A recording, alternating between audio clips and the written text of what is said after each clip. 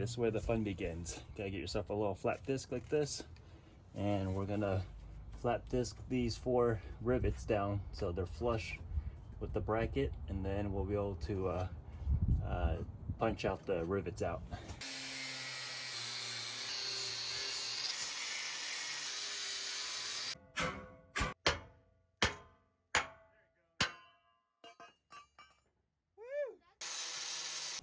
Alright, once you hammer off the old hangers, you're going to grind these kind of flat and smooth, center punch these, and we're going to draw a little relief in the center of each one.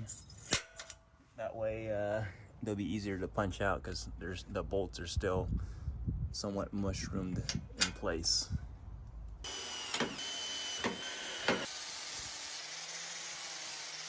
Alright, once you drill the holes and then you grind it smooth, you're going to want to use an air hammer. You might be able to get away with a punch and a hammer, but that might take forever.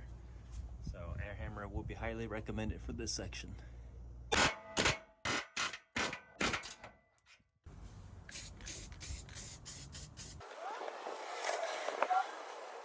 Now we got to drill out the 4 holes to a 1/2 inch hole for the new bolts hardware to work with them.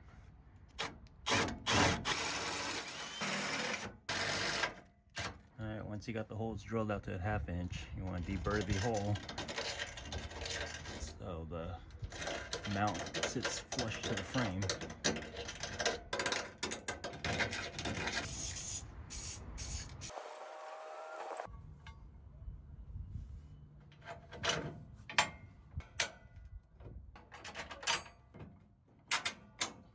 Alright, before we install the hardware on the bolts, you're going to want to slather these up with some anti-seize.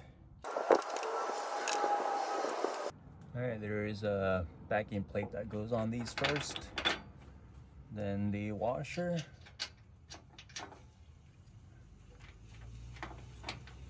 and then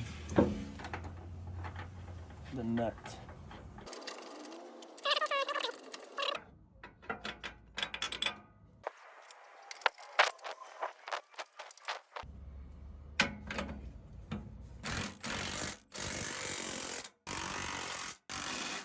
Torque these to 80 foot-pounds.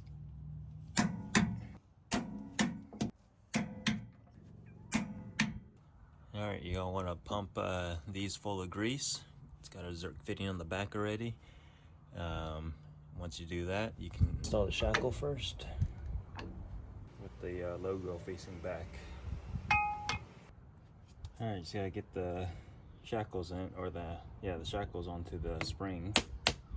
They are very tight fit, and you'll want the bolt installed from the inside out with the washer. Got the bolt and the washer, and then the nut on the outside with no washer. And we'll tighten those after everything's installed. First,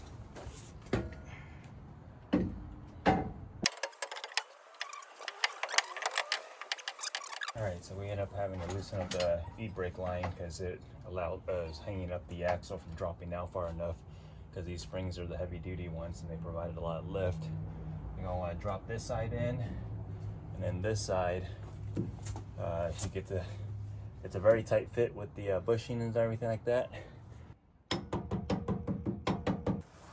Alright, so this is what we're fighting, trying to get this shackle into the hammer hangers.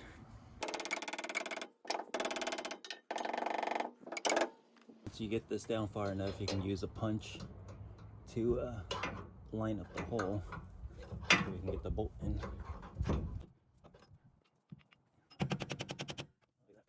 This one can be installed from the outboard. So, bolt and washer, and just a nut on the other side.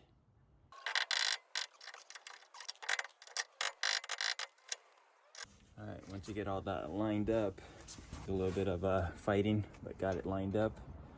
Drop the nut in from the back. You don't want to hammer this one all the way through yet, otherwise you won't be able to get the nut back on.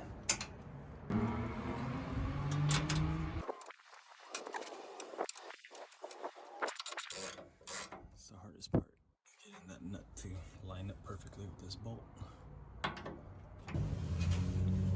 Alright, once you get that side tightened down, you don't need it super tight yet. We're going to leave both of these fairly loose. We got to install the other side first. Alright, getting that the spring back here on was super hard. I got to drop the axle a lot because this spring has a lot of arch into it, and you need to drop this axle as far as it'll go. Have a jack stand here so support some of the weight, and get this down low enough so you can get this side installed, and then we just got to install the front half. With the jack underneath the axle, we're going to jack it up and push the spring up into place. Alright, yesterday made a little oops.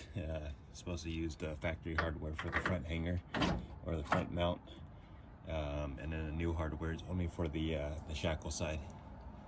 If you guys have trouble on the back, try and get this lined up.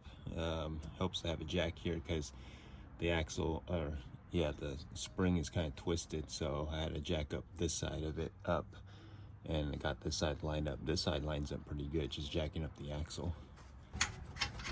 Alright, because of how flexed out this axle is right now, you're not going to be able to line it up, so we're going to take off the U-bolt on the other side, drop the axle, and slide it back over so everything lines back up. The pin is not even in the right spot. Let's see if I can get a better view. There's the pin, and there's the perch.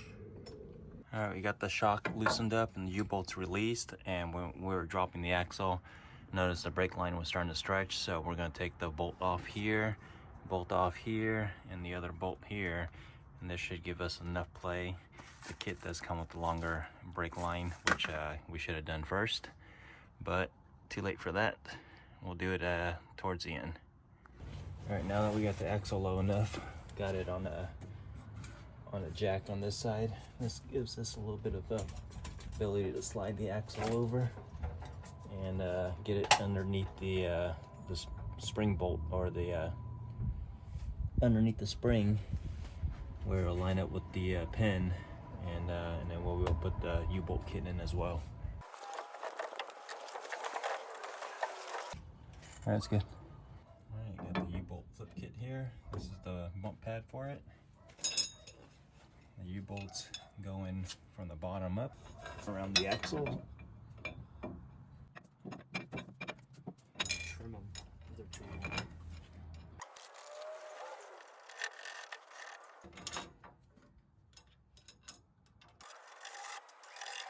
Alright, a little recap. Got late last night, had to put everything away, but got this size spring installed. If you guys doing this for the first time, I would highly recommend getting the brake line installed first, and then I would also drop the axle, take the springs off of both sides for the axle and have it drop down. It'll help with the installation on this side, whereas yesterday you saw with the axle flexed out, or one side lower than the other, it was a lot difficult trying to get the spring in here. But yeah, got this side all installed. We have all the bolts still all loose on this side. Same thing with back here, it's still loose. We're gonna get the other side knocked out first before we tighten everything up.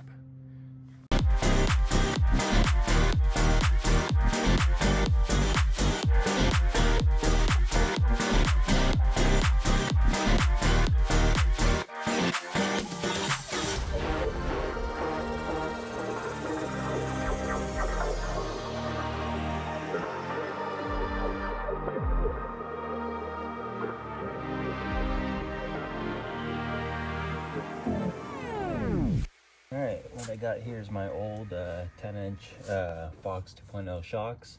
We're going to use these in the stock location for now, because we also have the shock relocation kit to install. But for today, we're going to use these as a placeholder so the vehicle can be driven. Alright, since these 10-inch shocks right here are not meant for the stock, or for a stock Tundra, I got these because they had the travel I needed, but you have to widen the mounts for these to fit. But what I got is a bolt that we're going to put in, 2 nuts in the middle. I'm going to drop in a washer on this side, and what this is going to do is going to help us widen the mount.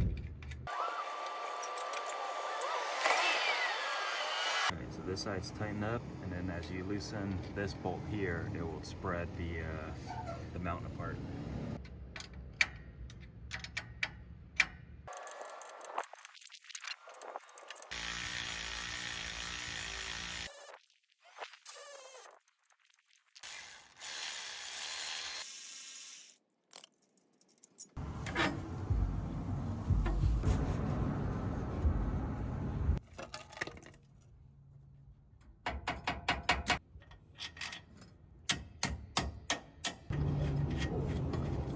Alright, so this e-brake cable normally bolts up here, but with the extended travel of these shocks that they provide, you have to relocate this to be mounted to the spring here using the provided mount.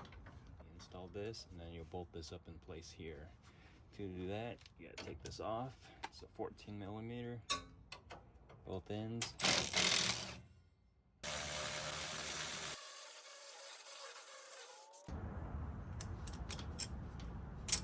And reinstall everything.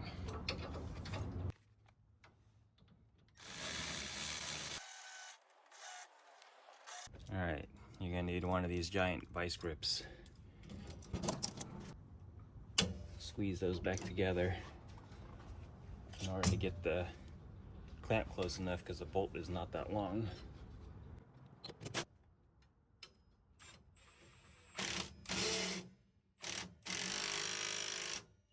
The old mount, you can take it apart by prying on this.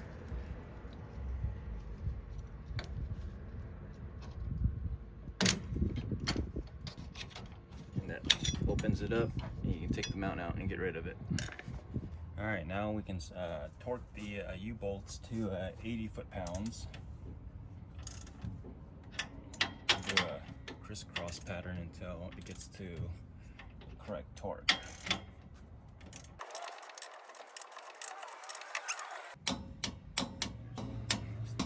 Here's 4.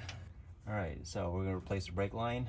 We should have done this at the very start, but so it's a 10mm. I've got a flare wrench up here that loosens this, and then the bottom one is a 17mm. So that's loose. So what we're going to do is take the top one off first. Once you get the top one off, you're going to need a pry bar or something to take this clip off. A lot of times you can just pry it out of there.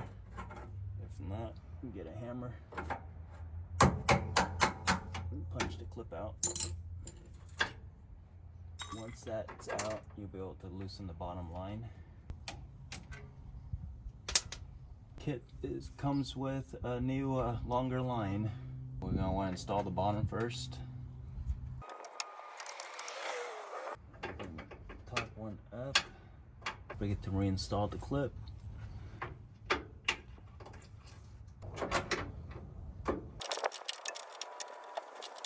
Before you finish tightening up the top, the bottom one you want to tighten first, which is a 14mm, and then you can tighten up the top one, which is a 10mm.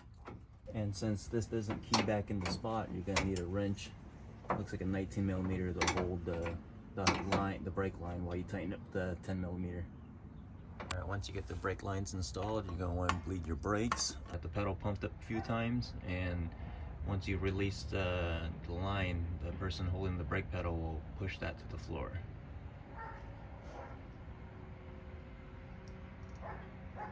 Okay, all the way. All the way to the floor. Alright, now that we know there's no air, we're good there. Okay. Alright, that was pretty good.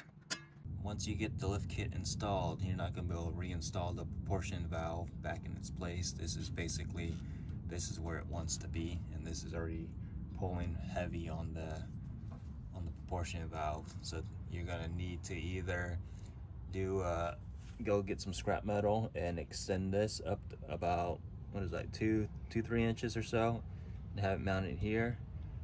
In our case, we're actually gonna just tie this up to the top of the frame or the bed, because this is gonna ride high in the rear for a while until a topper is put in.